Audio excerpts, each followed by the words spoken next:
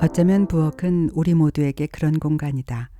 일상이 아무렇지 않게 이루어지는 공간. 때로 지루하고 힘겹지만 누군가에게 무언가를 만들어주기 위해 불필요한 부분을 예리한 칼질로 베어내고 차가운 감정을 데우고 급하게 펄펄 끓어오르는 북받치는 마음은 천천히 거품을 걷어내며 뭉근히 마음속으로 끓여내는, 그러면서 누군가의 웬만한 이야기는 거의 다 품어내는 그런 공간인 것이다. 이번에 소개해드릴 책은 요시모토 바나나의 키친입니다. 제목이 키친인 것을 보면 부엌에 관한 이야기일 것이라고 생각했습니다. 그러나 그 예상은 틀렸습니다. 아니, 맞았습니다. 요시모토 바나나의 키친은 주인공이 부엌이라는 공간을 좋아한다는 평범해 보이는 발상에서 시작하지만 결코 어느 집에나 있는 평범한 주방인 요리하고 가족이 모여 식사하는 공간의 이야기와는 사뭇 다르게 펼쳐지기 때문입니다. 내 기억 속에 우리 집 부엌은 집에 돌아왔을 때 늘 비어 있었고 안주인이 자리를 비운 티를 내는 냉기가 돌았고 적당히 어지럽혀진 선반과 먹기도 안 먹기도 애매한 남은 음식이 담긴 몇몇 냄비들이 무뚝뚝하게 놓여 있는 곳이었습니다. 작가의 키친은 어떤 모습이었을까요?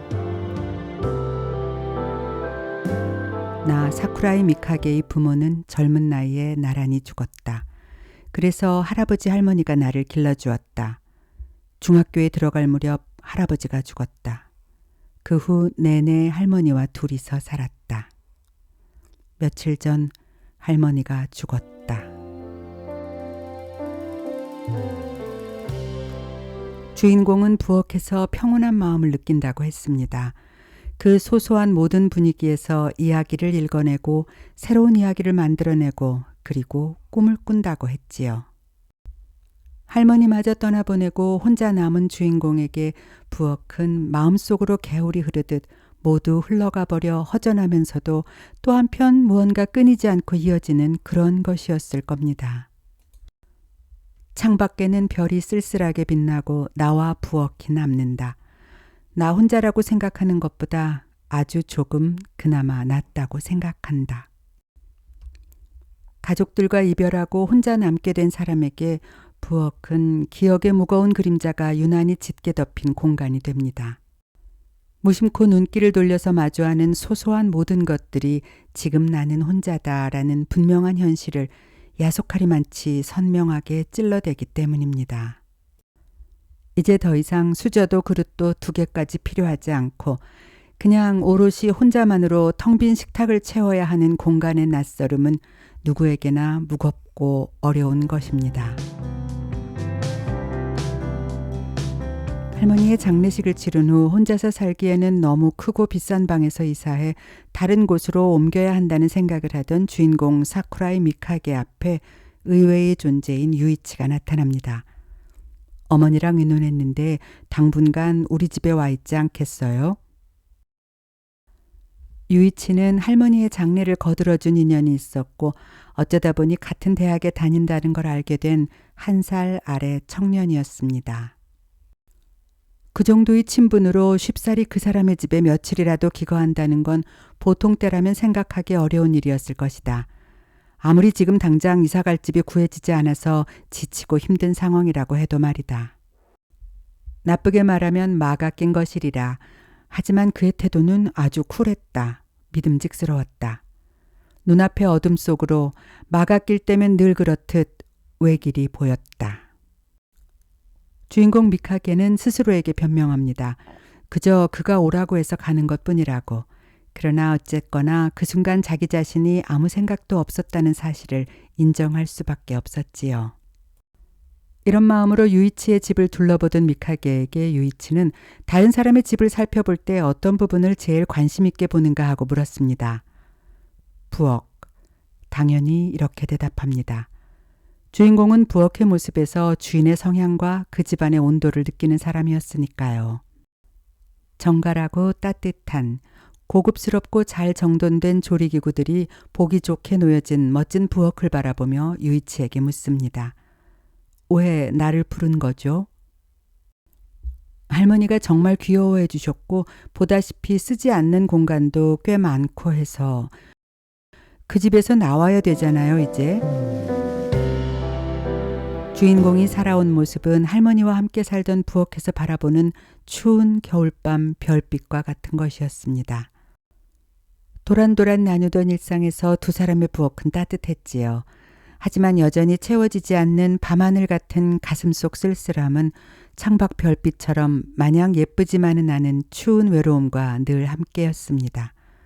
반면에 유이치의 일상은 그의 집 베란다에 있는 무성한 화분처럼 여름날이었고 어머니와 둘이서 사는 그들의 집안 분위기는 언뜻 여러 개의 화분들과 집안 이곳저곳에 장식되어 있는 다양한 꽃들이 만들어내는 생명력 있는 모습으로 보였습니다.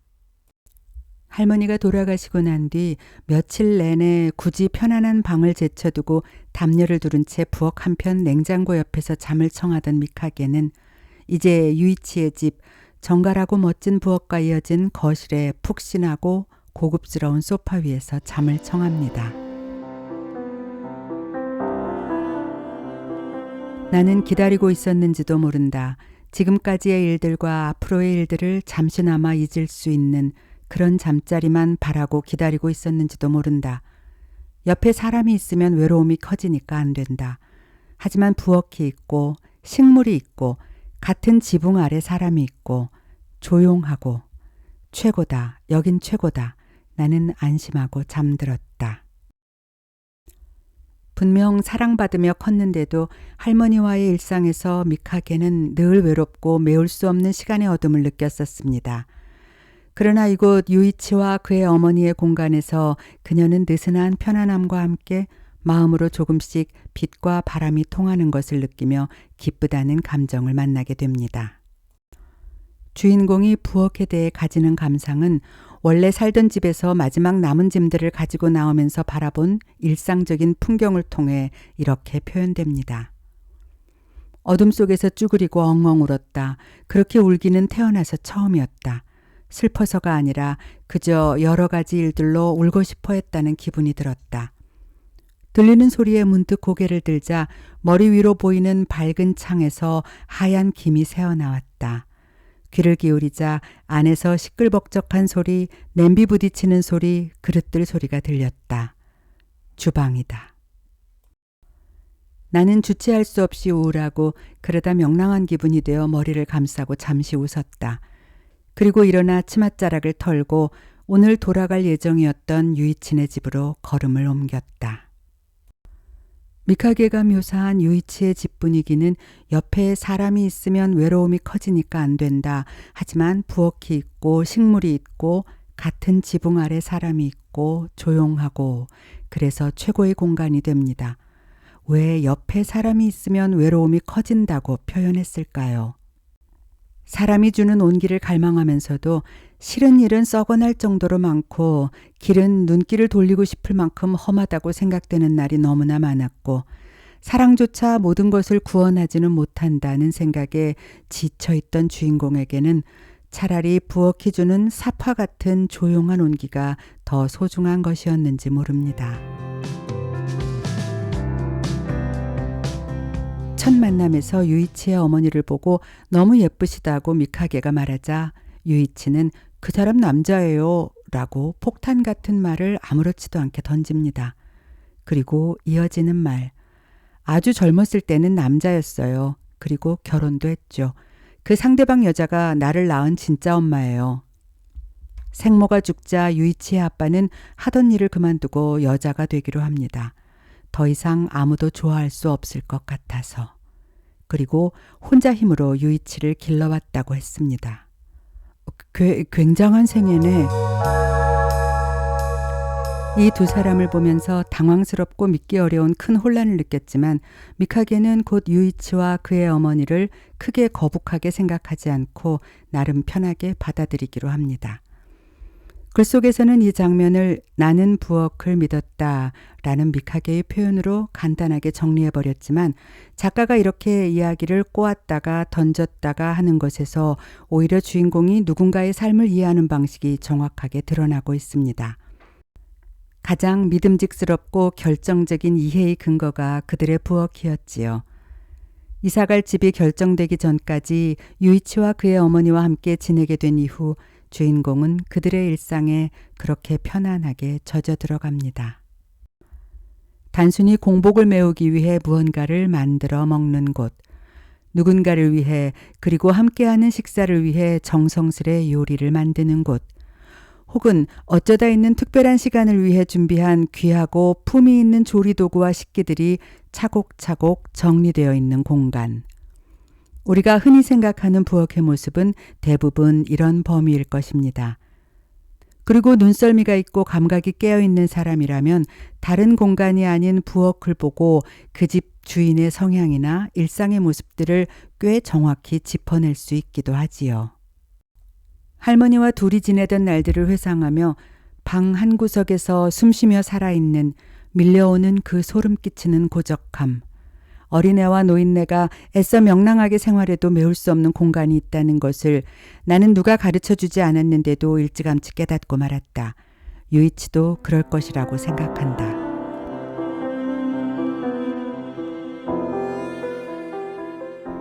비슷하면서도 다른 주인공과 유이치는 외로움의 순간이라는 공통분모 위에서 서로를 이해하게 되었겠지요.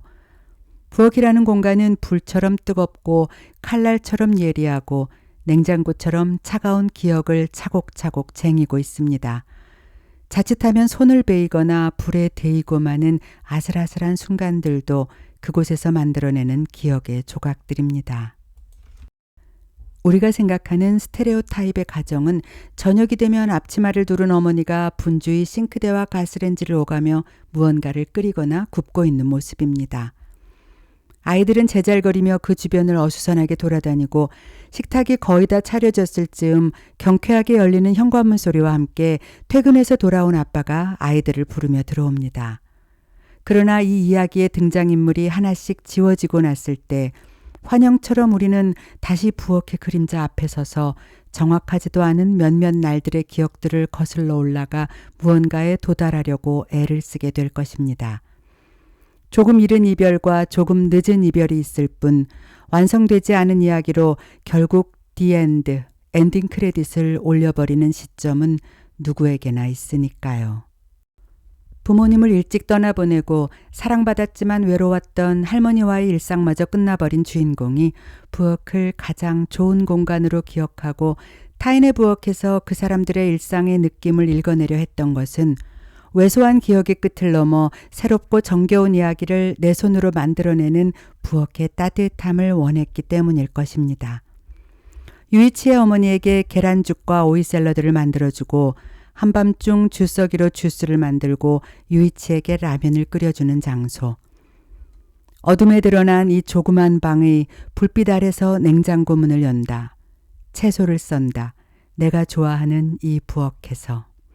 이 모든 것이 굉장한 일인 것 같기도 하고 별일 아닌 것 같기도 하였다. 기적 같기도 하고 당연한 일인 것 같기도 했다. 어쩌면 부엌은 우리 모두에게 그런 공간일 겁니다. 일상이 아무렇지 않게 이루어지는 공간. 때로 지루하고 힘겹지만 누군가에게 무언가를 만들어주기 위해 불필요한 부분을 예리한 칼질로 베어내고 차가운 감정을 데우고 급하게 펄펄 끓어오르는 북받치는 마음은 천천히 거품을 걷어내며 뭉근히 마음속으로 끓여내는, 그러면서 누군가의 웬만한 이야기는 거의 다 품어내는 그런 공간. 훨씬 더 어른이 되면 많은 일들이 있고 몇 번이나 좌절하고 괴로워하고 몇 번이나 제자리로 돌아온다. 절대로 지지 않는다. 힘을 빼지 않는다. 삶의 여정에서 우리는 우리가 중요하게 생각하는 어떤 것들과 수없이 마주칩니다. 그리고 그 많은 만남의 과정은 우리로 하여금 하루하루 더 먼 미래로 우리를 이끌어줍니다. 그것은 지금보다 조금 더 허전할 수 있고 조금 더 완성된 기쁨일 수도 있지만 그렇지만 결국 제자리로 돌아올 테지요. 우리의 지구가 자전과 공전을 이어가듯이 우리 마음을 지탱해주는 한두 가지의 기억과 따스함만으로도 우리는 살아갈 수 있을 거니까요. 그래서 주인공은 이렇게 이야기할 수 있었던 것 아닐까요? 꿈의 키친, 나는 몇 군데나 그것을 지나리라. 마음속으로 혹은 실제로 혹은 여행지에서 혼자서 여럿이서 단둘이서 내가 사는 모든 장소에서 분명 여러 군데 지나리라.